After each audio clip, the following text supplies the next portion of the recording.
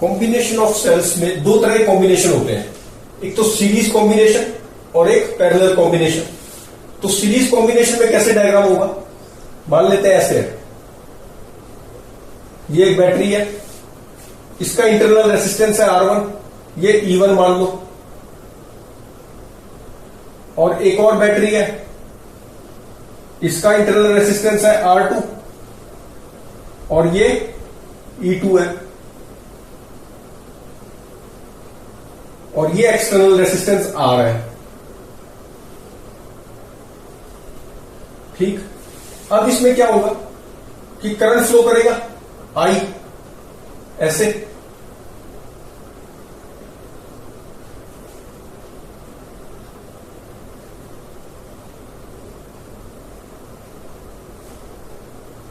ठीक, ऐसे current flow करेगा। अब हम चाहते हैं कि ये जो करंट है ये R रेसिस्टेंस में से इस डायरेक्शन में I करंट गया, ठीक है, ये दो बैटरी इन सीरीज है, तो इसको मैं रिप्लेस करना चाहता हूं एक ही बैटरी से और उसका R रेसिस्टेंस हो और सेम करंट I इसी डायरेक्शन में R से जाए। तो मैंने क्या किया कि एक ही बैटरी चाहिए मुझे और एक ही रेसिस्टेंस चाहिए और करंट जो है सेम डायरेक्शन में R से जाए, तो इसको बोलते हैं इक्विवेलेंट सर्किट। इसका इक्विवेलेंट सर्किट बना लिया मैंने, तो E इक्विवेलेंट, और इसमें से भी क्या है, सेम करंट I जाना चाहिए, तब ये इक्विवेलेंट सर्किट बना जाएगा। उसी डायरेक्शन में सेम मैग्नीट्यूड का करंट रेसिस्टेंस से पास होना चाहिए, तभी ये इक्विवेलेंट सर्किट बना जाएगा इसके। ठीक, और ये हो गया मान लो R इक्विवेलेंट। तो यहां पर करंट I कितना आया, E equivalent upon R equivalent plus R। अच्छा, यहां पर I कितना आया, I is equal to E1 plus E2 upon में R1 plus R2 plus R। अब सेम मैग्नीट्यूड और सेम डायरेक्शन में है दोनों करंट्स, तो from one and comparing 1 and 2, LHS of 1 and LHS of 2 are same, तो RHS भी same होनी चाहिए। इसका मतलब क्या हुआ, this implies that E equivalent कितना हो गया, E1 plus E2 plus E3 and so on. ठीक, और R इक्विवेलेंट कितना हो जाएगा, R1 plus R2 plus so on. अब इसमें थोड़ा सा एक पॉइंट नोट कर सकते हैं, अगर मान लो E1 इस डायरेक्शन में है और E2 की पोलैरिटी उल्टी होती, तो ये E2 क्या हो जाता, नेगेटिव साइन के साथ आता। इफ पोलैरिटी आर अपोजिट तो ये नेगेटिव साइन के साथ लगाते, R इक्विवेलेंट फिर भी सेम ही रहता। तो ये सीरीज कॉम्बिनेशन में कितनी भी बैटरी सीरीज में हो तो हम उसको रिप्लेस कर सकते हैं E इक्विवेलेंट से, गिवन बाय दिस। अच्छा, and R equivalent is given by this. अब एक छोटा सा अगर मैं क्वेश्चन पूछूं कि मान लो N सेल्स थे, ठीक, इन N सेल्स इन सीरीज में लगा रखे हैं, in these N cells M cells are of opposite polarity, M cells are of opposite polarity। ठीक है, M cells की पोलैरिटी क्या थी, जो बचे हुए हैं उनकी उससे कम थी, उससे अपोजिट थी, N ग्रेटर देन M है। ठीक है, तो find E equivalent, E equivalent बताना है, ठीक है, एंड R इक्विवेलेंट भी बता दो। तो R इक्विवेलेंट तो क्या होगा, R1 प्लस R2, किस पोलैरिटी पे डिपेंड ही नहीं करता, ये तो सीधा ऐड हो जाएंगे। R equivalent is R1 plus R2 plus R3। अच्छा, अब इसमें अगर हम करें और कहां तक जाएंगे, N सेल्स है, तो R इक्विवेलेंट तो मैं लिख सकता हूं सीधा R1 plus R2 plus R3 ऐसे। ठीक, ऐसे जाएंगे N तक, और ये N cells in series, N identical cells है। ठीक है, थोड़ा सा चेंज कर लो, N आइडेंटिकल सेल्स का मतलब क्या हुआ कि इंटरनल रेसिस्टेंस दोनों की सेम है और जो EMF है उनका वो भी सेम है, तभी तो आइडेंटिकल होंगे। तो ये R भी सेम हो गया और N है तो N टर्म्स, तो डेट इज इक्वल टू क्या आ जाएगा, NR आ जाएगा। तो ये तो इक्विवेलेंट रेसिस्टेंस आ गया। E इक्विवेलेंट कितना हो जाएगा, अभी हमने फॉर्मूला लिखा है E1 प्लस E2, तो N माइनस M जो है सेल्स, उनकी पोलैरिटी तो E है और बाकी M की क्या है, इस पोलैरिटी से उल्टी है तो माइनस के साथ साइन के साथ आएगा ये। E2 क्या हो गया हमारा, E1 तो ये हो गया, ठीक, और E2 क्या हो जाएगा, M, E2 क्या हो जाएगा प्लस, अगर लिखोगे तो माइनस साइन के साथ, क्योंकि अपोजिट पोलैरिटी है, तो E2 इज नेगेटिव, तो Me हो गया। तो ये कितना आ गया देखो, ये आ गया E equivalent is N minus 2Me, ठीक, Ne माइनस 2Me। इसको क्या लिख सकते हैं, N माइनस 2M, और सारी की मल्टीप्लाई E से, ये आ गया इक्वलेंट, और R इक्वलेंट कितना आ गया, NR। तो इस तरह से हम इसको सोल्व कर लेते हैं। R इक्वलेंट कितना आ गया बताओ, R इक्वलेंट इज NR। अच्छा, अब आ जाओ पैरेलल कॉम्बिनेशन पे सेल्स के। अभी हमने ये क्या किया है, सीरीज कॉम्बिनेशन ऑफ सेल्स हो गया। अच्छा, अब मैं कर रहा हूं पैरेलल कॉम्बिनेशन ऑफ सेल्स।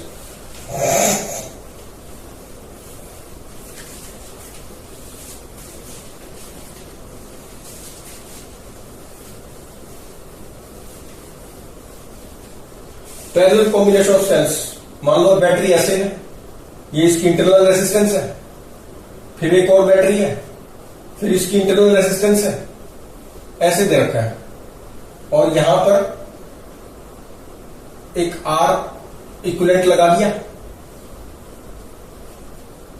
और ये क्या है, मान लो इधर से करंट जा रहा है, इधर से करंट जा रहा है, ये E1 थी, ये E2 थी पैरेलल में, ये R1 और ये इसकी R2 इंटरनल रेसिस्टेंसेस है, ये एक्सटर्नल रेसिस्टेंस है।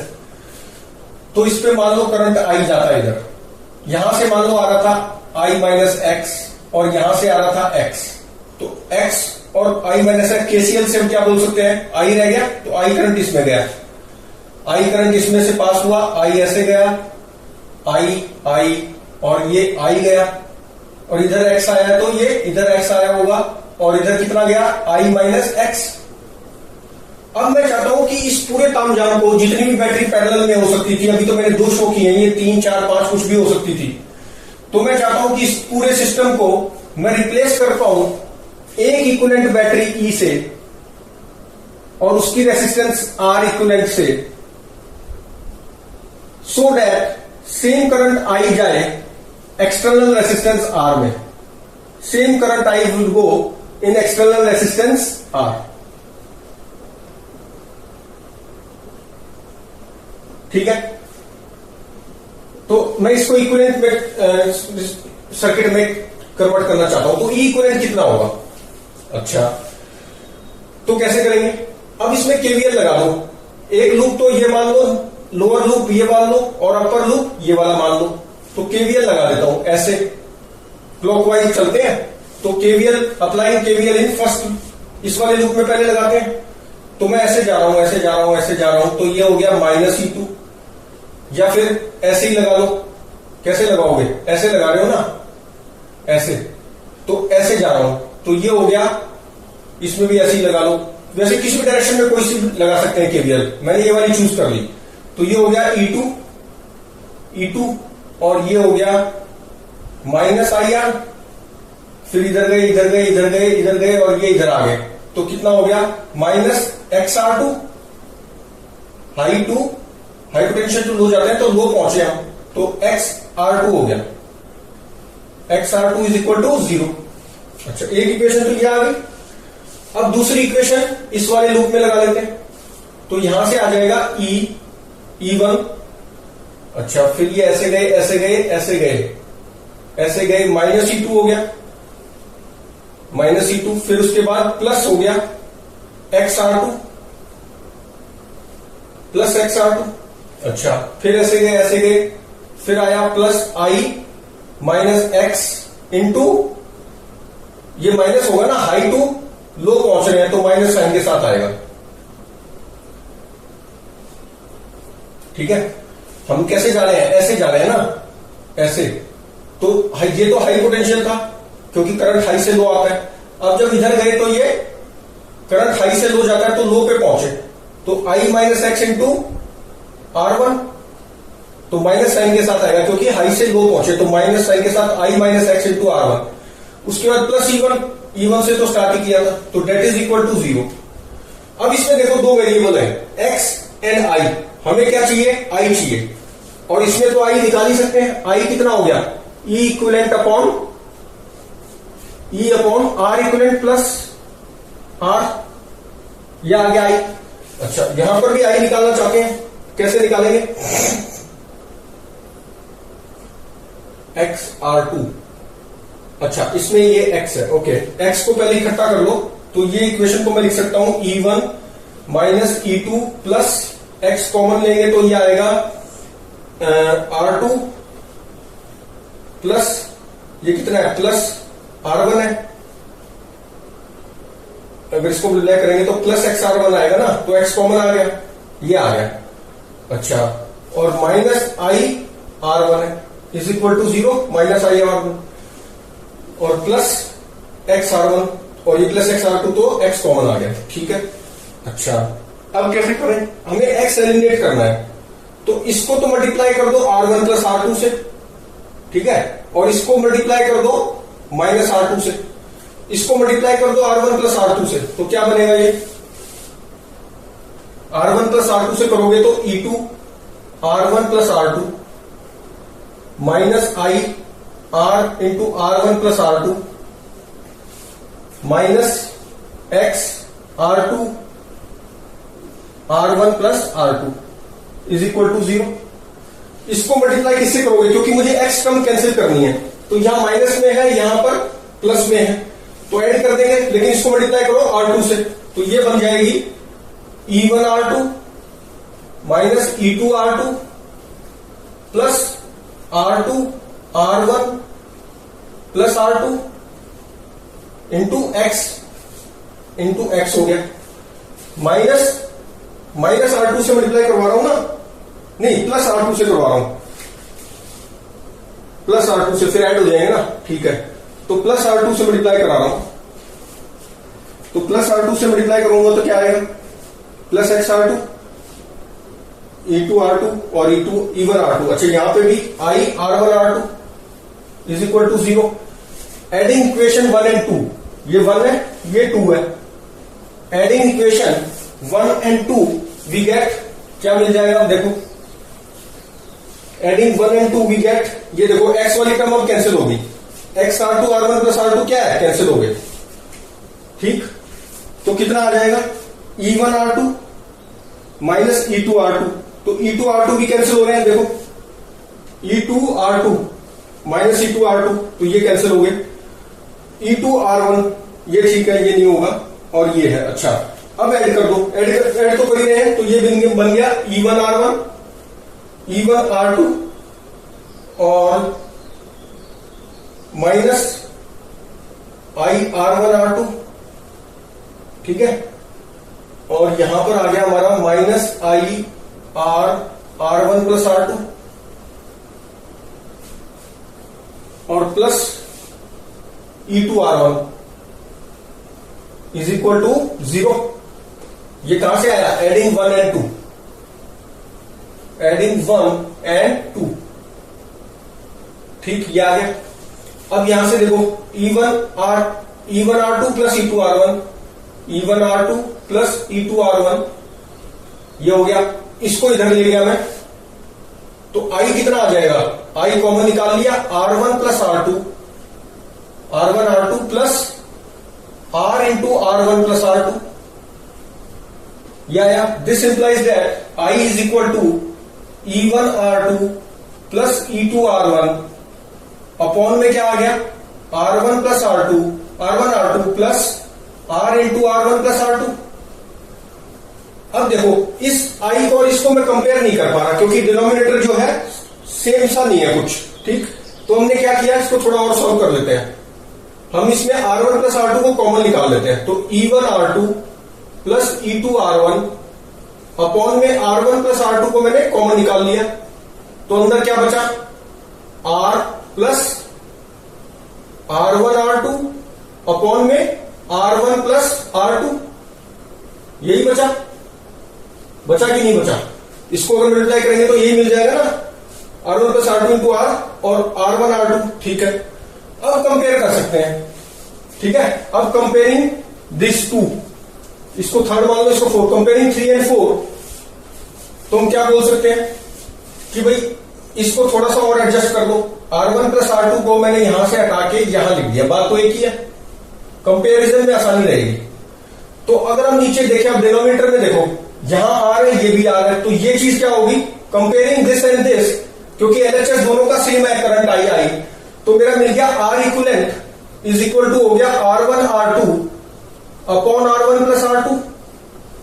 एक्चुअली ये किसकी ये किसके इक्वल है, मतलब ये पैरेलल कॉम्बिनेशन वाला है, मतलब 1 by R equivalent is equal to 1 upon R1 plus 1 upon R2 plus 1 by R3। ऐसे जितने भी हो पैरेलल में, पैरेलल की तरह इनका इक्विवेलेंट रेजिस्टेंस आ जाएगा, आएगा कि नहीं आएगा?